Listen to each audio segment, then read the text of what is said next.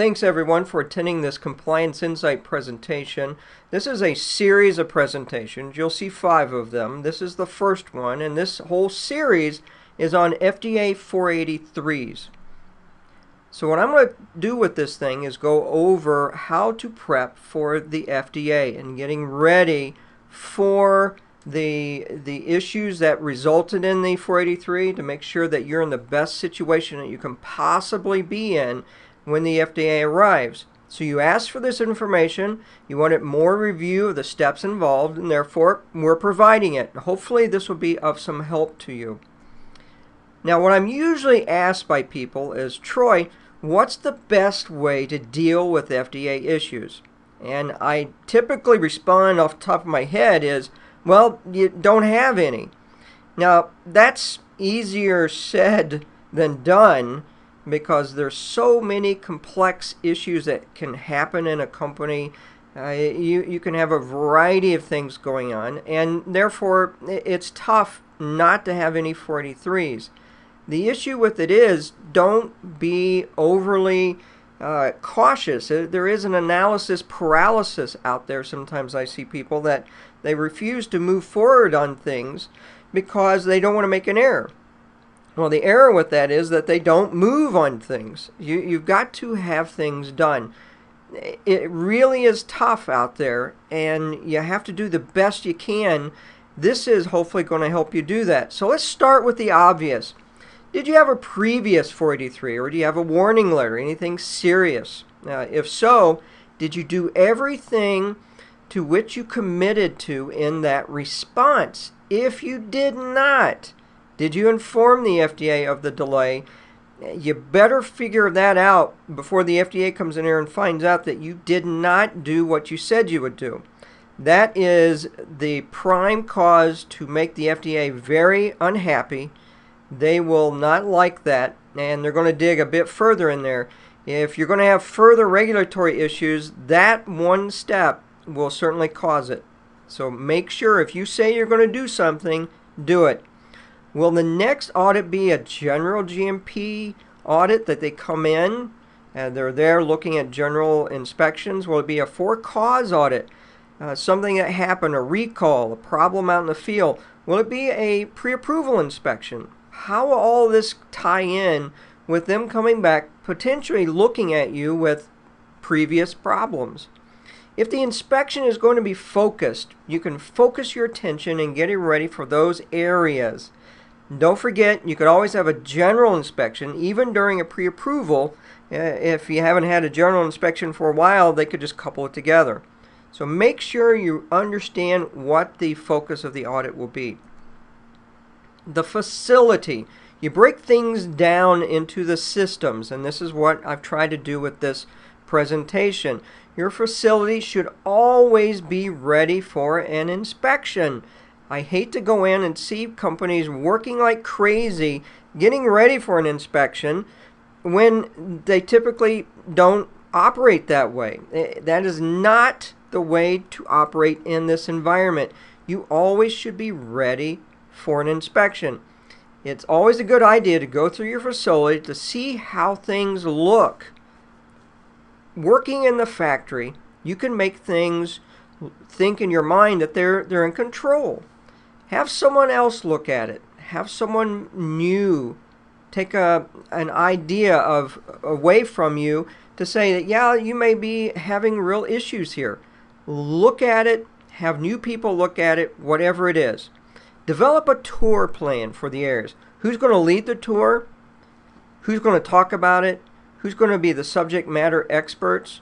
Remember, the FDA can go wherever they want within reason. They can't go into the aseptic core unless you really qualify them to go in there. So you have to understand that. And there are certainly safety areas where they have to be a consideration. But really, the FDA can go anywhere they want. You just have to be ready to deal with those issues. Roll with the punches, as I used to say. Are there any signs of leaks? The ceiling, cracked walls, peeling paint, general facility problems? Are all signage in place, specifically quarantine and rejected signs? Those rejected specifically, everything in place. Is your facility registration up to date? How does the exterior of the facility appear? Do not miss the fact that people drive into your facility, they walk in the building. If it looks like crap outside, that's the first impression they get of your building, is it looks like crap. Do you really want that? And the answer should be no. You want it to look nice. Remediate anything that's possible quickly that you can. Make sure things are taken care of before the inspection happens. Key to all this is everything should look organized and in control. The big thing there is control. What's the opposite of control? Is non-control, chaos. It's terrible. You've got to look at it that way. Your process. Look at how you're making the product or your products, specifically on high-risk processes. If you're having a PAI, focus on the product and the filing. The key question here again is, are you in control? How do you know you're in control? What data indicates it? Does the process match what you filed? If you filed something with the FDA, your process should match that. If not, you have a major problem on your hand. Do the SOPs conflict with the process? These are your internal instructions saying how you're going to operate, how you're going to control your process.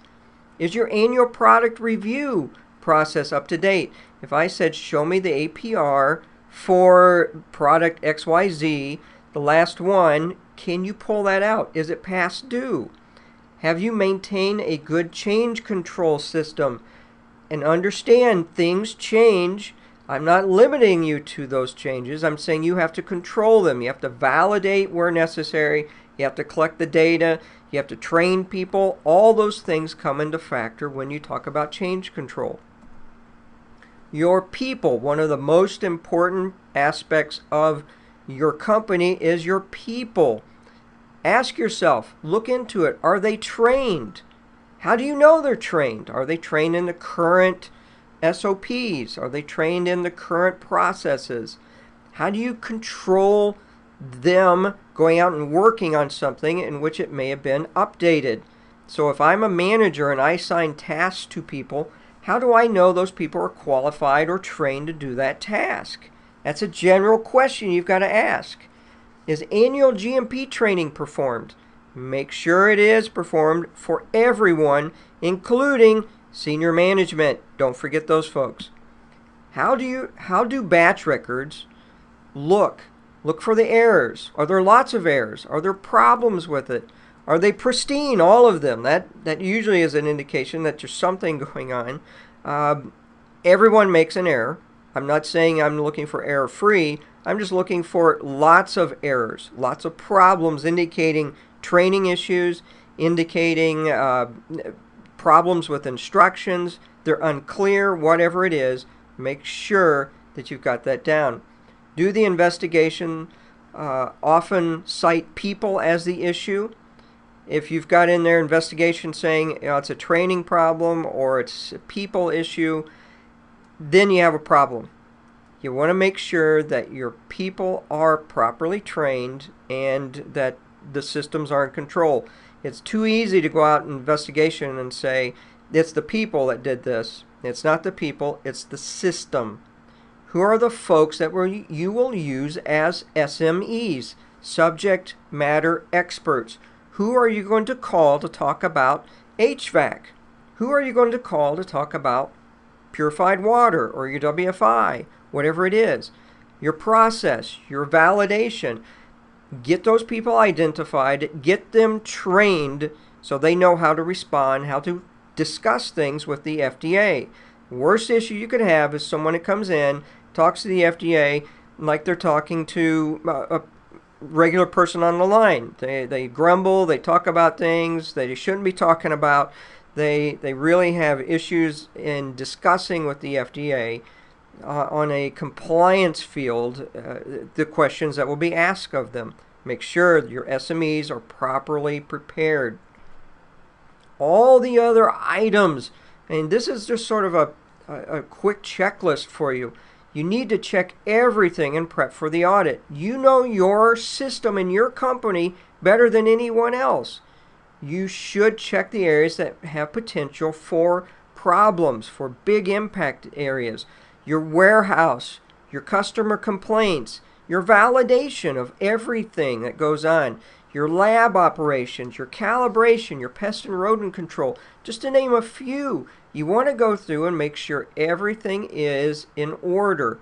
A key thing to look at is, just like prepping an FDA inspector does, they look at the previous EIR, the Establishment Inspection Report. Were there any noted problems that they want to follow up with? Did they have any previous 483s, warning letters, problems? You want to make sure that you follow up in those areas specifically. Again, the key to all these things are show you are in control and how you know it. If you have questions on this, if you need more information, please don't hesitate to call us. The phone number is listed right here. You can go to our website, compliance-insight.com. You can send us an email, info@compliance-insight.com. We've got a new website out there. We're constantly adding more information. There's a lot of action packages out there. There's a lot of things that you can download and get. Look for our presentations on SlideShare. Look for our presentations on YouTube. You can see all sorts of things out there that will help you out. Easiest thing for you to do, give us a call. It's simple. It's free. Believe me, I'm not evil. I'm not going to constantly badger you for business. I'm here to help. We're all here to help. You will get any one of us that are here, and they'll try to definitely steer you in the right way. So thanks for watching, and hopefully this has been very beneficial for you.